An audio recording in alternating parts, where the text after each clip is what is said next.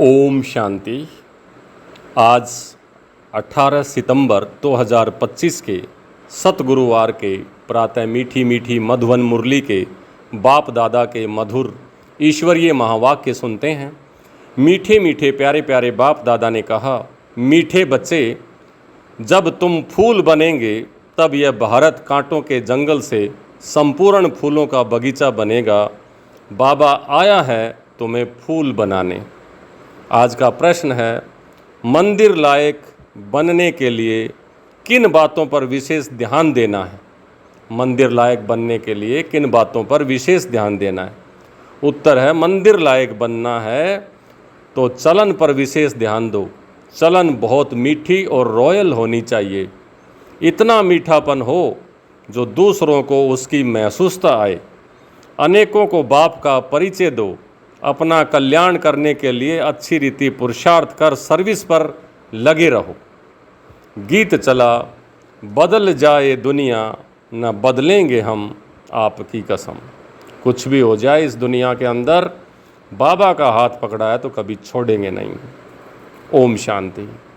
रूहानी बच्चे जानते हैं कि बाप ब्रह्मा द्वारा समझा रहे हैं, ब्रह्मा के रथ द्वारा ही समझाते रहते हैं। हम यह प्रतिज्ञा करते हैं कि श्रीमत पर हम इस भारत की भूमि को पतित से पावन बनाएंगे। भारत खास और दुनिया आम सबको हम पतित से पावन बनाने का रास्ता बताते हैं। इतने ख्यालात हर एक को अपनी बुद्धि में रखना। बाप कहते हैं, ड्रामा अनुसार जब तुम फूल बन जाएंगे और जब समय आएगा तो संपूर्ण बगीचा बन जाएगा।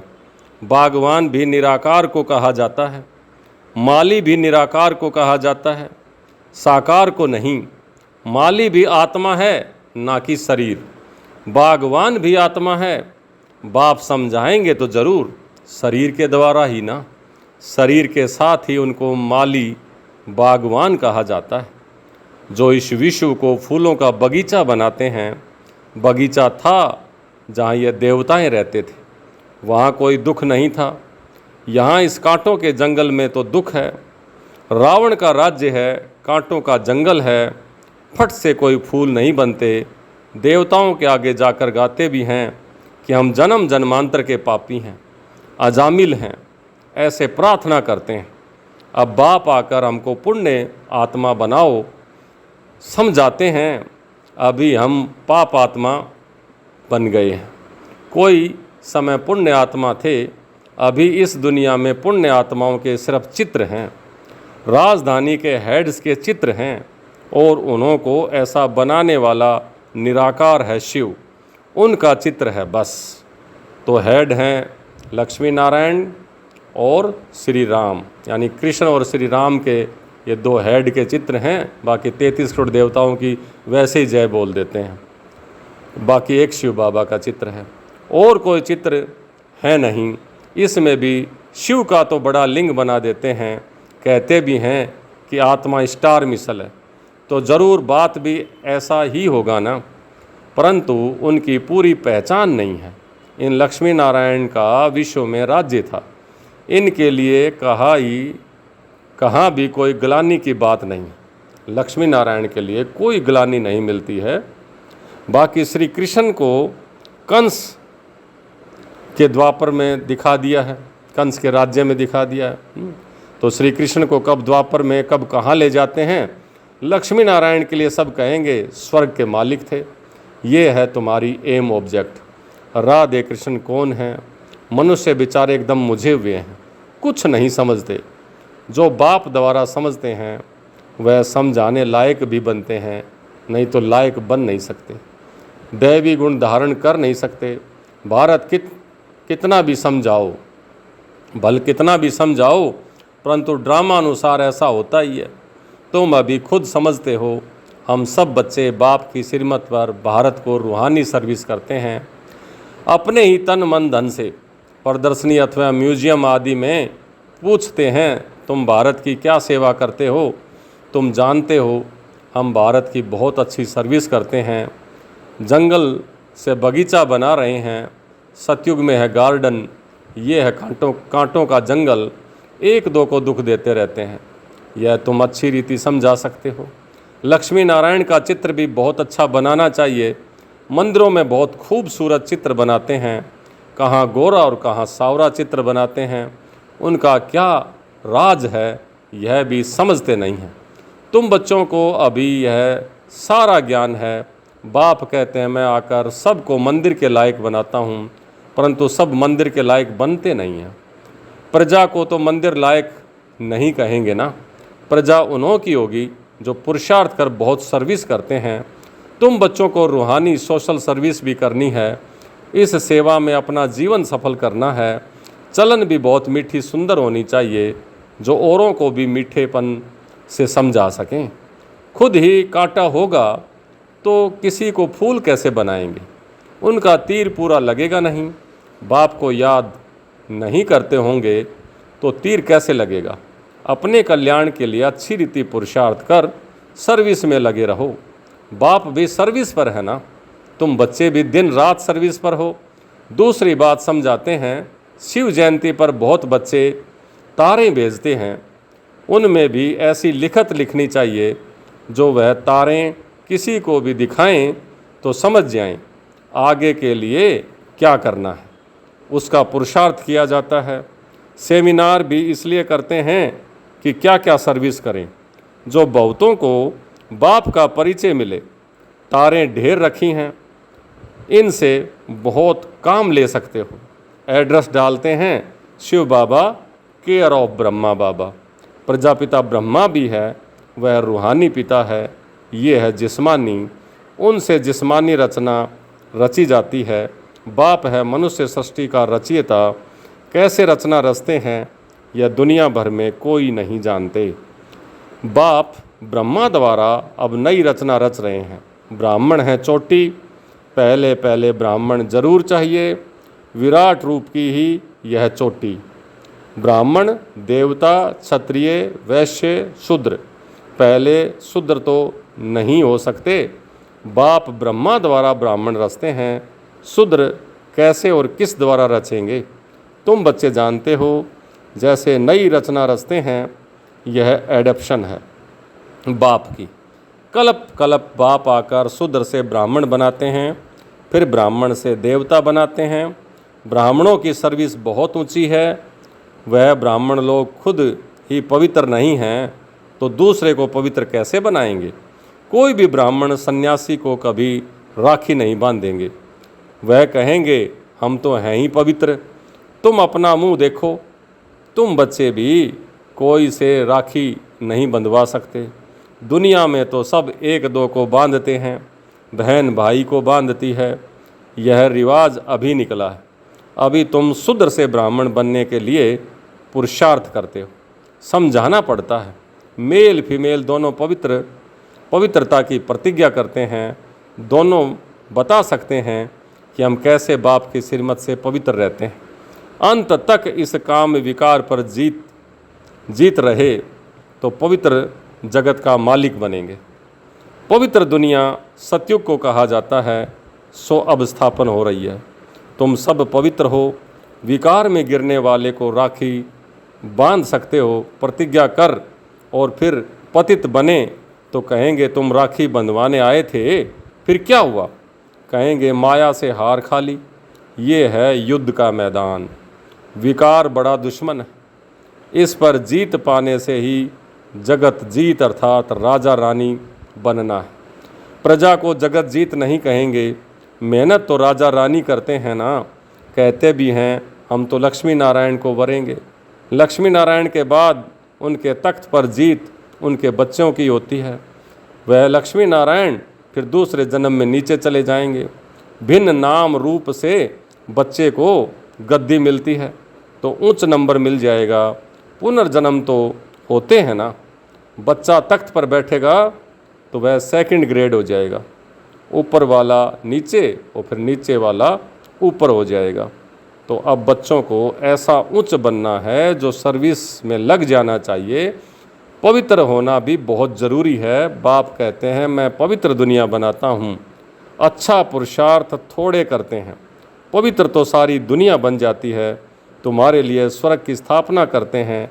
यह ड्रामानुसार होना ही है। यह खेल बना हुआ है। तुम पवित्र बन जाते हो, फिर विनाश शुरू हो जाता है, सतयुग की स्थापना हो जाती है। ड्रामा को तो तुम समझ सकते हो। सतयुग में था देवताओं का राज्य, अभी नहीं है, फिर होता है। तुम हो रूहानी मिलिट्री। तुम 5 विकारों पर जीत पाने से जगत जीत बनने वाले हो। जन्म जन्मांतर के पाप काटने के लिए बाबा युक्तियाँ बताते हैं। बाप एक ही बार आकर युक्ति बताते हैं, जब तक राजधानी स्थापन न हो जाए तब तक विनाश नहीं होगा। तुम बहुत गुप्त वॉरियर्स हो, गुप्त योद्धा हो। सतयुग होना ही है कलयुग के बाद, फिर सतयुग में कभी लड़ाई आदि होती नहीं। तुम बच्चे जानते हो, सब आत्माएं जो भी पार्ट बजाती हैं वह सब नूंदा हुआ है। जैसे कठपुतलियाँ होती हैं ना, ऐसे नाचती रहती हैं। यह भी ड्रामा है। हर एक का इस ड्रामा में पार्ट है। पार्ट बजाते बजाते तुम तमो प्रधान बन गए हो, फिर अब ऊपर जाते हो, सतो प्रधान बनते हो। नॉलेज तो सेकंड की है। सतो प्रधान बनते हैं, फिर गिरते गिरते तमो प्रधान बनते हैं, फिर बाप ऊपर ले जाते हैं। वास्तव में वह मछलियों तार से लटकती हैं, इस तार में मनुष्यों को डालना चाहिए। ऐसे उतरती कला फिर चढ़ती कला होती है। तुम भी ऐसे चढ़ते हो, फिर उतरते हो, नीचे उतरते हो, फिर 5000 साल के बाद फिर ऊपर जा कर के फिर चढ़ते हो, फिर उतरते हो। यह 84 का चक्कर तुम्हारी बुद्धि में है। उतरती कला और चढ़ती कला का राज बाप ही ने ही समझाया है। जो अभी बाबा ने जिक्र किया, जिसका तार का मछली के अंदर तार एक स्प्रिंग की होती थी, पहले एक खिलौना होता था, उसके अंदर उस स्प्रिंग में एक मछली डली होती थी, और जैसे उसको ऊपर कर दिया जाता था तो वो धीरे धीरे नीचे आती थी, घूमती घूमती स्प्रिंग पर। लेकिन जब ऊपर चढ़ाना होता था तो एकदम से उसको ऊपर कर दिया जाता था। तो ऐसे ही बाबा कहता है कि तुम 84 जन्म धीरे धीरे नीचे उतरते हो, फिर संगम युग पर बाबा एकदम से ऊपर चढ़ा देता है। तो उस खिलौने की जगह, मछली की जगह आदमी को डालना चाहिए कि किस प्रकार आदमी धीरे धीरे नीचे उतरता है 84 जन्मों में। सतो प्रधान से सतो, फिर रजो, फिर तमो में आता है, और फिर कलयुग के अंत में जब संगम पर बाबा आते हैं तो हमें एकदम से ऊंचा चढ़ाते हैं। तो तुम्हारे में भी नंबरवार जानते हैं और फिर पुरुषार्थ करते हैं। जो बाप को याद करते हैं वह जल्दी ऊपर जाते हैं। यह प्रवृत्ति मार्ग है ना। जैसे जोड़ी को दौड़ाते हैं तो जोड़ी का एक एक पाँव बांधते हैं, फिर दौड़ाते हैं। यह भी तुम्हारी दौड़ी है ना। कोई की प्रैक्टिस नहीं होती है तो गिर पड़ते हैं। तो इसमें भी ऐसा ही होता है। एक आगे बढ़ता है तो दूसरा रोक लेता है, वहाँ दोनों गिर पड़ते हैं। यहाँ युगलों की बात हो रही है, दोनों एक साथ चलते हैं तो स्पीड से चलते हैं, उसमें से एक लड़खड़ा जाता तो दूसरे को भी गिरा देता है। तो इसलिए बाबा कहता है कि दोनों को बराबरी में और बड़े दोनों को हिम्मत से चलना है, एक दूसरे को संभालना है। बाबा वंडर खाते हैं। बूढ़ों को भी काम की आग लगती है तो वह भी गिर पड़ते हैं। ऐसे थोड़े ही कि उसने गिराया। गिरना न गिरना तो अपने हाथ में है। कोई धक्का थोड़े ही देते हैं। हम गिरे क्यों? कुछ भी हो जाए हम गिरेंगे नहीं। गिरे तो खाना खराब, ज़ोर से चमाट लगती है, फिर पछताते भी हैं, हड्डी हड्डी टूट जाती है, बहुत चोट लगती है। बाबा भिन्न भिन्न प्रकार से समझाते रहते हैं। यह भी समझाया, शिव जयंती पर तारें ऐसी आनी चाहिए जो मनुष्य पढ़ने से समझ जाएं। तारे माना टेलीग्राम ऐसे आने चाहिए जो मनुष्य समझ जाएं। आज तो ईमेल का ज़माना है, व्हाट्सएप का ज़माना है, आज तो मैसेज फटाफट होता है। विचार सागर मंथन करने के लिए बाबा टाइम देते हैं। कोई देखे तो वंडर खाए। कितनी चिट्ठियाँ आती हैं, सब लिखते हैं बाप दादा। तुम समझा भी सकते हो शिव बाबा को बाप, ब्रह्मा को दादा कहते हैं। एक को कभी कोई बाप दादा कहते हैं क्या? यह तो वंडरफुल बातें हैं, इसमें सच्चा सच्चा ज्ञान है, परंतु याद में रहें तभी तो किसी को तीर भी लगे। घड़ी घड़ी दे अभिमान में आ जाते हैं। बाप कहते हैं आत्म अभिमानी बनो। आत्मा ही शरीर धारण कर फिर पार्ट बजाती है। कोई मरता है तो भी कोई ख्याल नहीं। आत्मा में जो पार्ट की नूंद है उसको हम साक्षी होकर के देखते हैं। उनको एक शरीर छोड़ फिर दूसरा दूसरा लेकर पार्ट बजाना है, इसमें हम कर ही क्या सकते हैं। यह ज्ञान भी तुम्हारी बुद्धि में है, वह भी नंबरवार। कईयों की बुद्धि में तो ठहरता ही नहीं है, इसलिए किसी को समझा भी नहीं सकते। आत्मा बिल्कुल ही गर्म तवा, तमो प्रधान पतित है। गर्म तवा, उस पर पानी की छींट डालो तो छू करके उड़ जाएगी, रुकेगी नहीं। तो जिनकी बुद्धि तमो प्रधान है उसमें ज्ञान रुकता ही नहीं है। तो ज्ञान अमृत डाला जाता है तो ठहरता नहीं है। जिसने बहुत भक्ति की है उनको ही तीर लगेगा, झट धारणा होगी। हिसाब ही वंडरफुल है, पहले नंबर में पावन, वही फिर पतित बनते हैं। यह भी कितनी समझने की बातें होती हैं। कोई की तकदीर में नहीं है तो पढ़ाई को ही छोड़ देते हैं। अगर छोटेपन से ही नॉलेज में लग जाएं तो धारणा होती जाएगी, समझेंगे इसने बहुत भक्ति की हुई है, बहुत होशियार हो जाए, क्योंकि ऑर्गन्स बड़े होने से फिर समझ भी जास्ती आती है। जिस्मानी रूहानी दोनों तरफ अटेंशन देने से फिर वह असर निकल जाता है। यह है ईश्वरीय पढ़ाई। फ़र्क है ना, परंतु जब वह लगन भी लगे तब ना। अच्छा, मीठे मीठे सिकलिदे बच्चों प्रति माता पिता बाप दादा का याद प्यार और गुड मॉर्निंग। रूहानी बाप की रूहानी बच्चों को नमस्ते। हम रूहानी बच्चों की रूहानी बाप दादा को याद प्यार, गुड मॉर्निंग और नमस्ते। धारणा के लिए मुख्य सार, पहला, रूहानी मिलिट्री बन 5 विकारों पर जीत पानी है, पवित्र जरूर बनना है, श्रीमत पर भारत को पावन बनाने की सेवा करनी। दूसरा, इस बेहद नाटक में हम पार्टधारी आत्म अभिमानी होकर के पार्ट बजाना है, कभी भी देह अभिमान में नहीं आना है, साक्षी होकर हर एक एक्टर का पार्ट देखना है। आज का वरदान, सदा खुशी की व मौज की स्थिति में रहने वाले कंबाइंड स्वरूप के अनुभवी भवै। सदा खुशी व मौज की स्थिति में रहने वाले कंबाइंड स्वरूप के अनुभवी भवै। बाप दादा बच्चों को सदा कहते हैं, बच्चे बाप को हाथ में हाथ दे करके चलो, अकेले नहीं चलो। अकेले चलने से कभी बोर हो जाएंगे, कभी किसी की नज़र भी पड़ जाएगी।